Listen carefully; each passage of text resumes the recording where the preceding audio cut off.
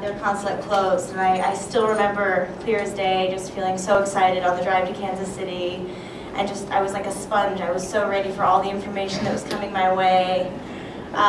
So before I get started, I just want to give just a bit of background and tell you a bit about myself. So as Jessica said, I'm Dilek Eccles. When I went to Japan, I was Dilek Doğru. I'm Turkish American. I'm from Iowa. And my journey with Japan began in high school. My high school had a sister school in Osaka, so I started learning the language there, and then I had a 10-day stint in Osaka. And then I started studying at Iowa, University of Iowa. Any Hawkeyes in the room?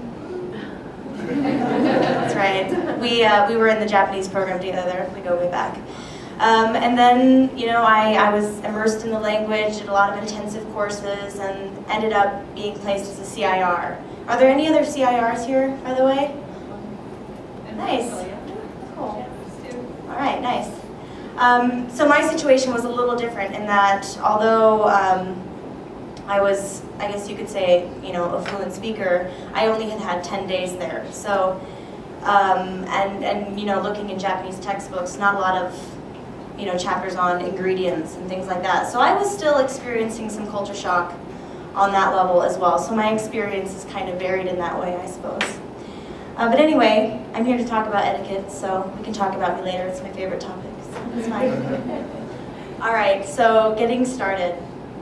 Let's talk about your first day. When I say your first day, I don't mean when you arrive in Tokyo and you're a big sweaty mess getting your luggage moving around. I'm talking about when you go from Tokyo to your placement city. First thing is what to wear. It's going to be about 1,000,000 degrees when you are there. It's quite possibly the worst time to arrive in Japan. It's super hot, it's super humid.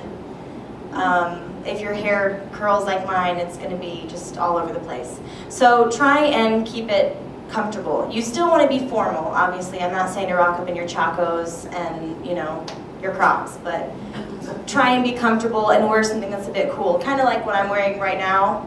My arms are covered, but this shirt below is pretty thin, so I feel, like I'm totally sweating. I'm really nervous, but I feel fine. I look professional, right?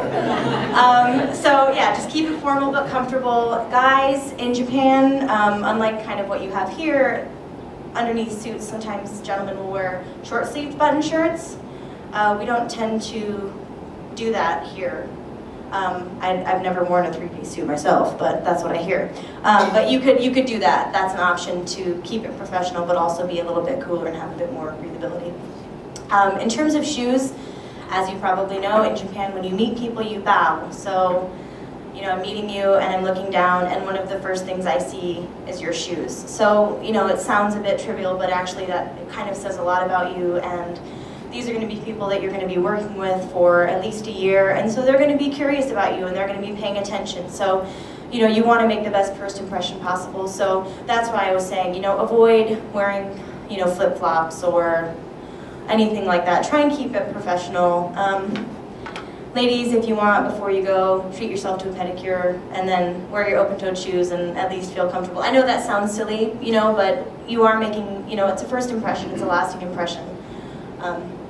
In terms of what to say, sounds like a few of you have experience with Japanese. For those of you that don't, even if you do, I would write up a brief self-introduction and practice that, rehearse it many times over, because your self-introduction is really important. And also, you never know when you'll be put into a situation where you have to do it. My husband, he was an ALT, and he was saying that one day, it was like his first week, he was playing tennis with the kids, he was super sweaty, and then they said, "Hey, Matt Sensei, let's go." And they took him to the Board of Education and said, "If you could just give your self-introduction." But he had rehearsed it a lot, so he was fine, but if you hadn't, it would be kind of an uncomfortable situation. So really rehearse how to introduce yourself. Stick with the basics. Within that, try to include how grateful you are for the opportunity. That's a real big part of Japanese culture, is when, respecting the people that are part of your group and letting them know you appreciate the opportunity. Can you explain real quick exactly kind of what a self-introduction is? For So, everybody who's been to Japan, we all know what the deal is with the self-introduction, but if you've never been, we don't do stuff. Right. Yeah, we are so informal here. It's unreal, and you'll realize that more and more when you spend time in Japan how cash we are. So cash. do you mean self-introductions in English or in Japanese? You know, a little goes a long way. If I'm not saying to create a huge lengthy thing in Japanese, but even if you could just have a few words, that really shows that you're keen. But basically, the key factors, you want to say your name, obviously. As you know, in Japan, the group is important, so sometimes you start with where you're coming from, you know, as opposed to what makes you stand out. You say, you know, so I would start out with Iowaから来ましたBidekと申します. Like, I'm Dilek from Iowa. So you want to start, and also I've got my cards here, and I can work with you to create something to take with you as well if you'd like. But start with where you're from, your name, family name first, then your first name, and just talk about. You could say, you know, what your hobbies are. If you don't have a hobby, you better think of it. If you don't, yeah, think about a hobby. You know, create some things, even if it's just. You know, you could just say something like travel or taking pictures or music, but don't just say something that you're not really into because your superiors, you know, and your colleagues might be really listening, and if something strikes a chord, they'll want you to go and experience your hobby in Japan. So don't just be really blasé about it and say something you don't really like because you might. Almost everybody in Japan will have a hobby, and these people are serious about their hobbies. Like, they don't mess around. If they're a cyclist, then believe me, they have like the top bicycle and all the gear that goes along with it. So if you just casually mention that, you know, biking is your hobby, like, somebody will show up at your house with a bike the next morning, and you'll be biking. So yeah, and that's, you know, that's something that, and I'll get into that a little bit later too. But you know, I feel like in the States we tend to just kind of say stuff. Yeah, I like that. Or no, I don't really like that. But in Japan, it's, you know, when you say stuff, people are really listening, especially when you're new and you're a guest, and they really want to make you feel comfortable. You know, so if you were to say something outright like, oh, you know, I love, my friend, when she moved there, oh, I love peaches. Boxes of peaches for like the first month. In Yamanashi, where I lived, we have a lot of peaches, and I'm not even kidding. Like, she kept coming to us, you guys, I can't eat any more peaches, like, please. You know, but that's because she said, you know, I love, and that's like a really strong word. But in the States, people say, oh, I love, you know, I love Cheerios. Do you really? Do you love Cheerios? You know, so we're really casual with our emotions. You know, those kind of words. Whereas in Japan, there's a lot, you know, they're taken a lot more seriously. So think about that too. Yes? And just on that point, also be real careful about complimenting stuff that you see in people's houses. Because I didn't do this, but a friend of mine went to this nice old couple's house and pointed out this old doll, like Meiji era doll that they had sitting like on their mantle. He's like, oh, that thing is so cool, because he was a puppeteer, and so he was really interested in it.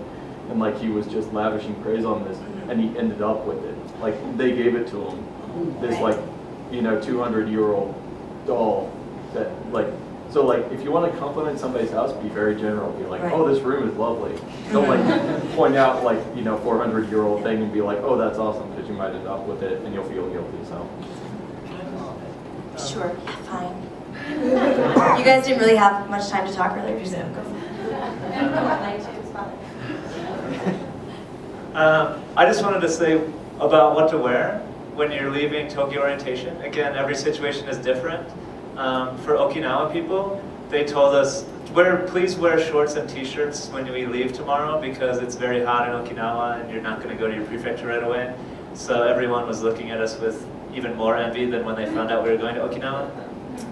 And then for your self-introduction, I would say it might be a good idea to have one for your office, like a formal one, and one for your school. Because when I was giving my presentation to the elementary school kids, I would always say things like, oh, and my favorite food is cockroaches, and they would be like, wow! But they loved it, so things like that are always fun. I don't get why you like those. Okay, so, yeah, sorry.